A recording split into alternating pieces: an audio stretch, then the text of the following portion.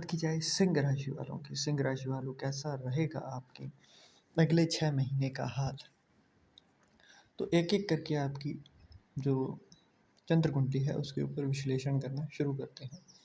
सबसे पहले 29 मार्च 2025 से आपकी, जैसे सभी को पता है कि शनिदेव की ढैया शुरू हो चुकी है इनकी, और शनिदेव इनकी जो चंद्र कुंडली है उसके अंदर जब भी अष्टम भाव में किसी के भी आते हैं तो वहाँ पर शनिदेव की ढैया शुरू हो जाती है।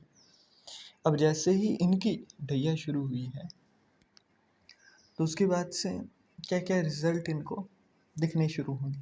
अब एक तो सबसे बड़ी जो मिथ कह लो आप, कि हर कोई डर जाता है जब भी किसी की ढैया शुरू होती है कि भैया अब तो नुकसान पर नुकसान होंगे, काम अटक जाएंगे। तो ऐसा कुछ नहीं होता है। कुंडली में अगर आपके शनिदेव अच्छे भाव में बैठे हैं, है ना, तो यहाँ पर रंक से राजा भी बनाते हैं, बस काम में थोड़ी सी धीमापन आ जाता है। और परंतु अगर आपकी कुंडली के अंदर ही खराब है तो यहाँ पर आपको सडन फाइनेंशियल लॉस, मतलब एकदम से कुछ ना कुछ ऐसा खर्चा आ गया कि पता ही नहीं था। बीमारियों पर पैसा लगना, कोई कोर्ट केस हो गया, कोई जो काम आप पहले कर रहे थे, जैसे कि लोग स्टॉक मार्केट, ट्रेडिंग, क्रिप्टो, इनमें पैसा लगाते हैं और डेली ट्रेडिंग से पैसा कमा रहे होते हैं। तो यहाँ पर क्या करते हैं कि शनिदेव कुछ ना कुछ ऐसा करेंगे कि आपको डेली घाटा होना शुरू हो जाता है, कर्जे में ले जाते हैं, है ना। और बार बार मतलब एंजाइटी, मेंटल स्ट्रेस, धन की कमी, परिवार के अंदर लड़ाइयाँ होने, ये चीज़ें यहाँ पर बढ़ा देते हैं जब भी शनिदेव आपकी कुंडली में खराब होंगे और फिर ढैया अष्टम भाव में लग जाए। क्योंकि लग्न कुंडली जो होती है उसका अलग से गोचर चलता है और इसका अलग से गोचर होता है। तो बात यहाँ पर यही होती है कि अगर आपकी कुंडली में अच्छे हैं तो आपको अलग अलग अपॉर्चुनिटी मिलेगी। काम इस तरीके से होंगे, मतलब लेट मिलेंगी चीज़ें, परंतु मिलेंगी बहुत अच्छी। और वहीं अगर ख़राब है तो मैंने वो जो सिनेरियो है सारा का सारा आपको समझा ही दिया है। अब यहाँ पर मंगल जो है वो आपके पंचम भाव में है अभी 7 जून से ही। तो 5 नंबर की राशि है मतलब, और लग्न भाव में है। तो यहाँ पर क्या होता है कि आपको थोड़ा-सा डाइजेशन से जुड़ा हुआ, स्किन एलर्जी, इन चीज़ों के अंदर ब्लड से जुड़ी हुई दिक्कत देखने को मिल सकती है। थोड़ा-सा गुस्सा आपका तेज़ रहेगा, मतलब बार-बार जैसे कोई छोटी-मोटी बात कही किसी ने तो वहाँ पर गुस्सा आ गया। आपको ख़ास करके 13 सितंबर तक कोई भी बड़ा डिसीज़न नहीं लेना है, कोई यात्रा हो तो उससे बचना है, क्योंकि यहाँ पर ब्लड लॉस का खतरा रहता है जब भी मंगल केतु के साथ हो। तो इस टाइम ड्यूरेशन के अंदर आपको थोड़ा बचकर ही चलना है, तभी आपको फ़ायदा है। अब बात करें लग्न की, तो लग्न के अंदर सिंह राशि, और सिंह राशि के जो स्वामी हैं सूर्य, वो आपके 11वें घर के अंदर हैं। अच्छा है ओवरऑल, जुपिटर के साथ है तो ओवरऑल देखा जाए तो यहाँ पर अच्छा ही रिजल्ट दे रहे हैं। इसके बाद में 16 जुलाई से 16 अगस्त के बीच ये 12वें घर के अंदर होंगे। इस टाइम ड्यूरेशन के अंदर खास करके आपको बच कर चलना है। अगर कोई बड़ा डिसीजन लेना है तो उससे अभी इस टाइम ड्यूरेशन के अंदर थोड़ा-सा आपने आगे कर सकते हो तो कर देना है, क्योंकि बाद में रिग्रेट होता है इन चीज़ों के ऊपर। यहाँ पर इम्यूनिटी थोड़ा वीक होगी, डिज़ीज़ के ऊपर खुद के पैसा लगेगा, लीवर और डाइजेशन से जुड़ी हुई कोई दिक्कत आपको देखने को मिल सकती है। नर्वस सिस्टम में भी थोड़ी-सी यहाँ पर, जैसे कि कई लोगों को पहले से ही सर्वाइकल इश्यूज़ हों तो उनको थोड़ा ध्यान यहाँ पर रखना है। 16 अगस्त के बाद आप ये जो भी काम आपको करने हों वो आप कर पाएँगे, परंतु इस टाइम ड्यूरेशन के अंदर थोड़ा-सा ध्यान रखना ही आपके लिए फ़ायदेमंद होता है। उसके बाद यहाँ से 16 अगस्त से 16 सितंबर को सूर्य अपने ही घर के अंदर आ जाएँगे, फर्स्ट हाउस के अंदर, और वहीं राजा वहीं प्रजा।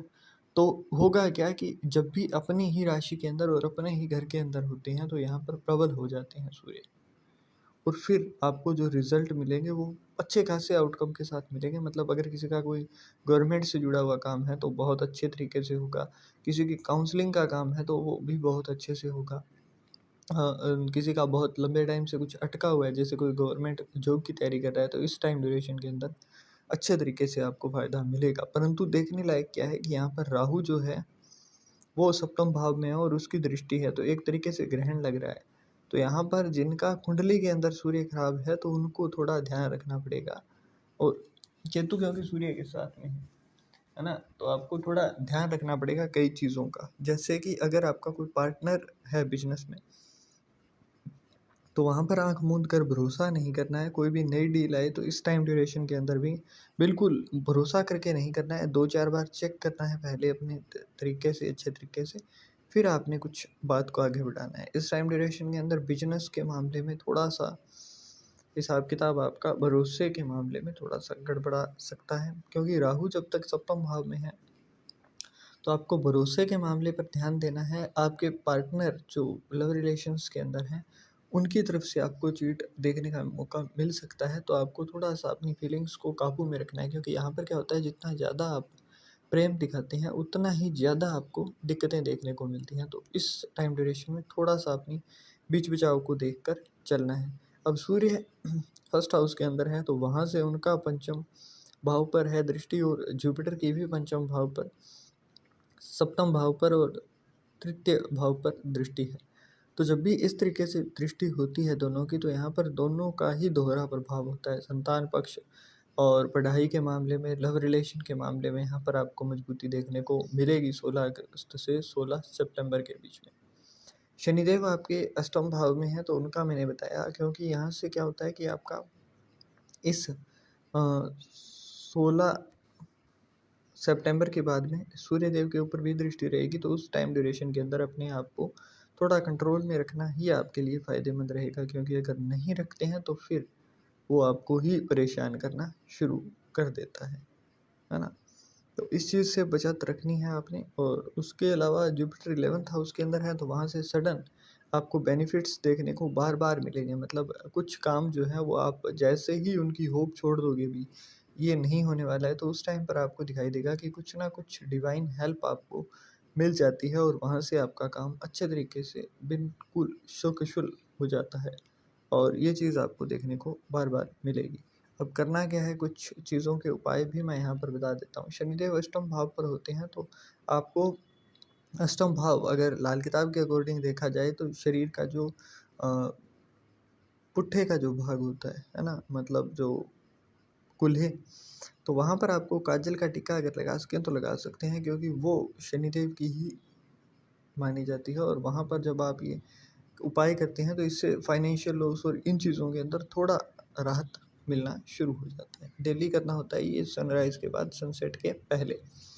इसके अलावा आपको यहाँ पर इन्हीं प्लैनेट्स की जो आपको फ़ायदा है वो लेना है, क्योंकि जब इन्हीं ग्रहों का फ़ायदा लेंगे तभी आपको फ़ायदा है। आप सूर्य और शनि का उपाय एक साथ नहीं करेंगे, है ना?